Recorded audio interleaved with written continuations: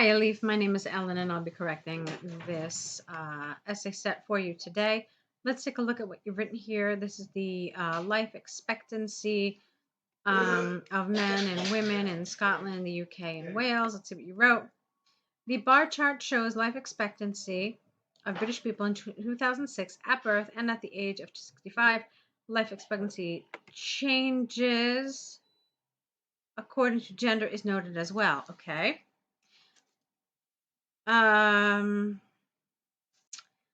Here you need a the. So the male population's life expectancy was less than 80 years in all 4 countries at birth, where it was less than 20 years at the age of 65. At birth, comma, females were expected to live over 80 years except in Scotland. The female population aged 65 were expected to live less than, you need an A here, 20 years as their 65-year-old male counterparts. Let's see. Female people, you could have just said females. Females from England had the highest life expectancy both at birth and at 65. Males from Scotland and North Ireland had low life expectancies of 74.6 and 76.1 years at birth, respectively. Overall expected years of life at birth and at 65 years was more in the female population when compared to male. Females were expected to live longer in the UK. Okay. For the most part, I thought you did okay. It was just 152 words. Now, that's not really a problem because there is no word minimum anymore. But what the IELTS what's generally said now is that it's going to be very difficult to get a band 9 at anything under 150 words. I thought that you probably could have said a little more here, and I don't really know how I feel about the way you organized this. So here's the thing. The sign of a really, really solid, good task 1 is if I'm more or less able to visualize the information without actually looking at it. And I wasn't really able to. So you might have noticed that I didn't refer to the graph as I was reading your response. And I kind of wanted to do that to see if I could visualize information. I mean, of course, I've seen this before, but I wanted to see if I could understand what you were looking at. And I had a little hard time because of the way you organized your response. Okay? So there is not just one way to do this. There's obviously hundreds of different ways to do this. Some do lend themselves to more clarity than others. And so that's kind of what I wanted to talk to you about. So you've got these this bar chart here, and you also have the numbers here, so they really kind of clarify things. So you could essentially look at this and make some decisions. So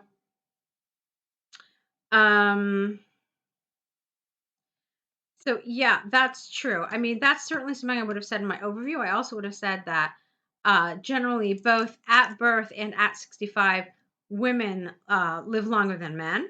That would have been absolutely fine. And you also could have said that England had the highest life expectancy for both genders. I do want to look at that again, although I think that's accurate. Yes, I believe it is. Okay.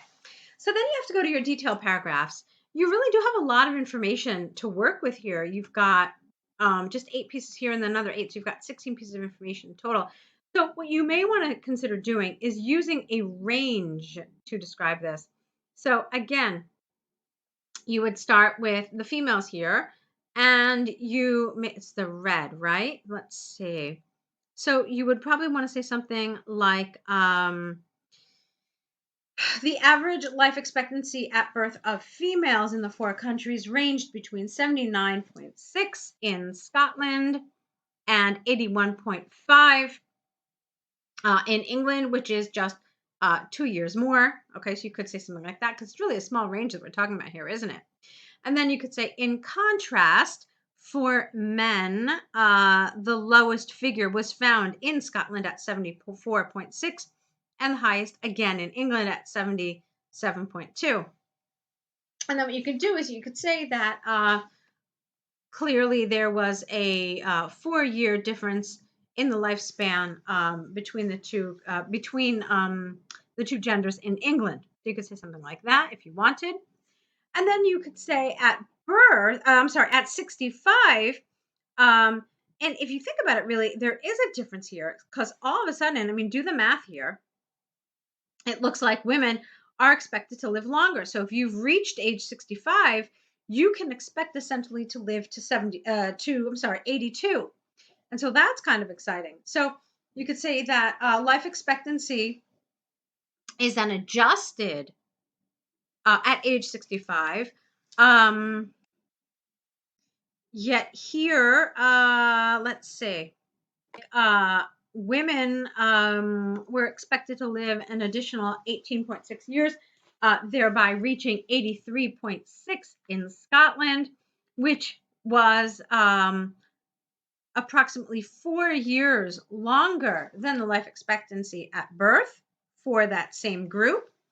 And then you can say on the high end of that was again England. So once again, England for females, where they were expected to reach almost 85, which was nearly 8 years longer than their life expectancy at birth. Okay. And then you can do something similar with men.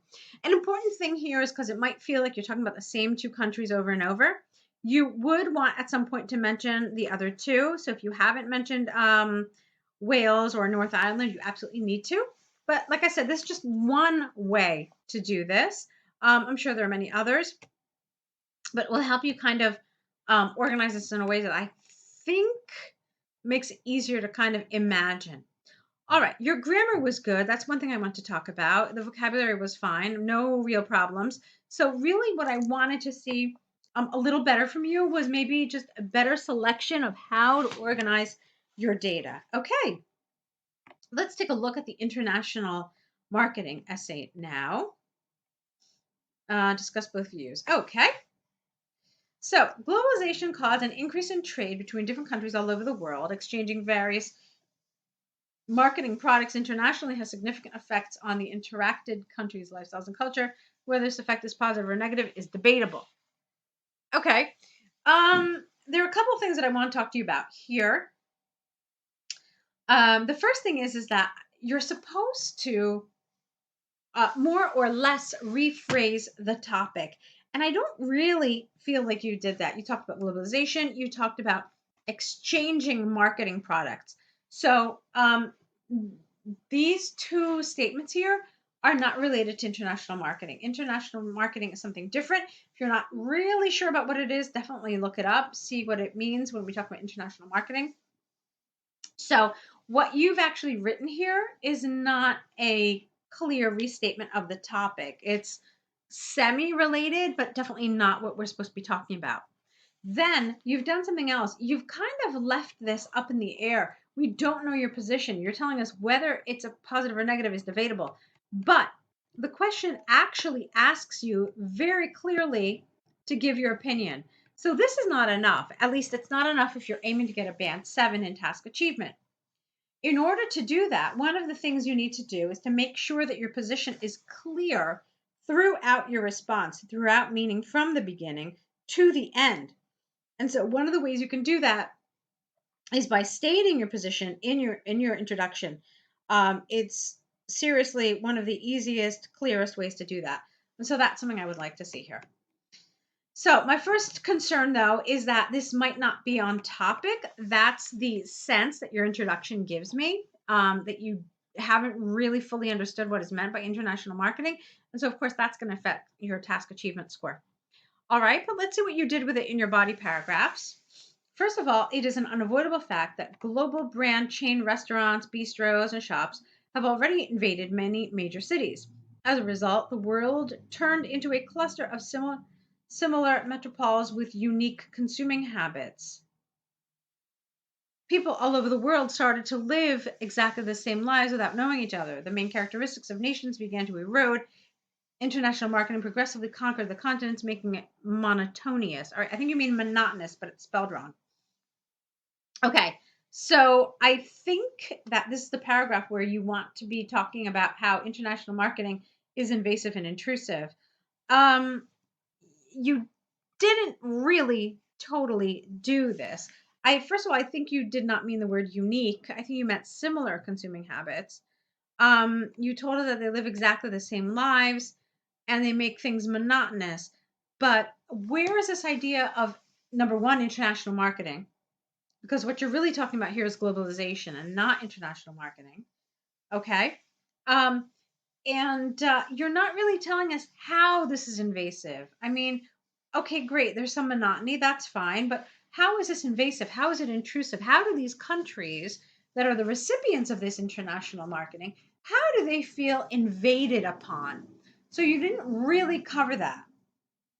And so again, I'm left with the idea that you didn't really understand the topic, what international marketing is. And it feels like what comes out is that it's not a really strongly developed paragraph. You need more topic development. You need more support, and it just needs to be worked a little more. Okay, so let's take a look at this. On the other hand, international sales is a perfect opportunity for peers from different cultures to communicate. It is a successful way of exchanging ideas between people who live far from each other.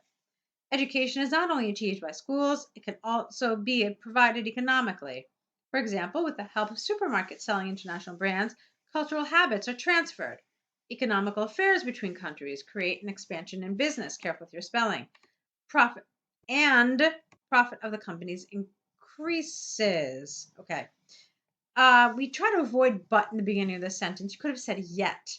Yet there are also some limitations for international trading, like across the border rules, war situations, and government restrictions. Considering the pros and cons of global marketing, it can be stated that international marketing benefits are more. All right, this didn't really fit here. You were talking about the exchange of ideas, culture, economically affordable type of education. And so you definitely communicated that, and that was good. But then here, I don't understand why you started bringing in the limits of this.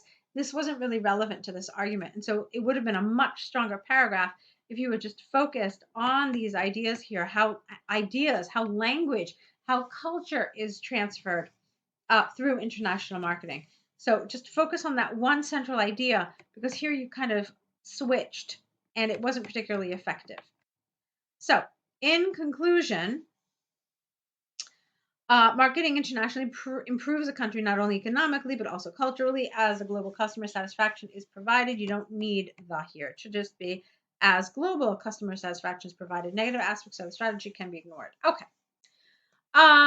So I think you should have a very clear idea about what some of the strengths of this essay were, what some of the drawbacks of it were. I mean, a lot of your grammar was good, a lot of your vocabulary was good. I felt like you understood the topic in this paragraph, but the other paragraph was weak, both in terms of its development and in kind of grasping what was this whole thing about international marketing and why it's considered an intrusion. Okay, I see that you took the exam and you did really well, so congratulations.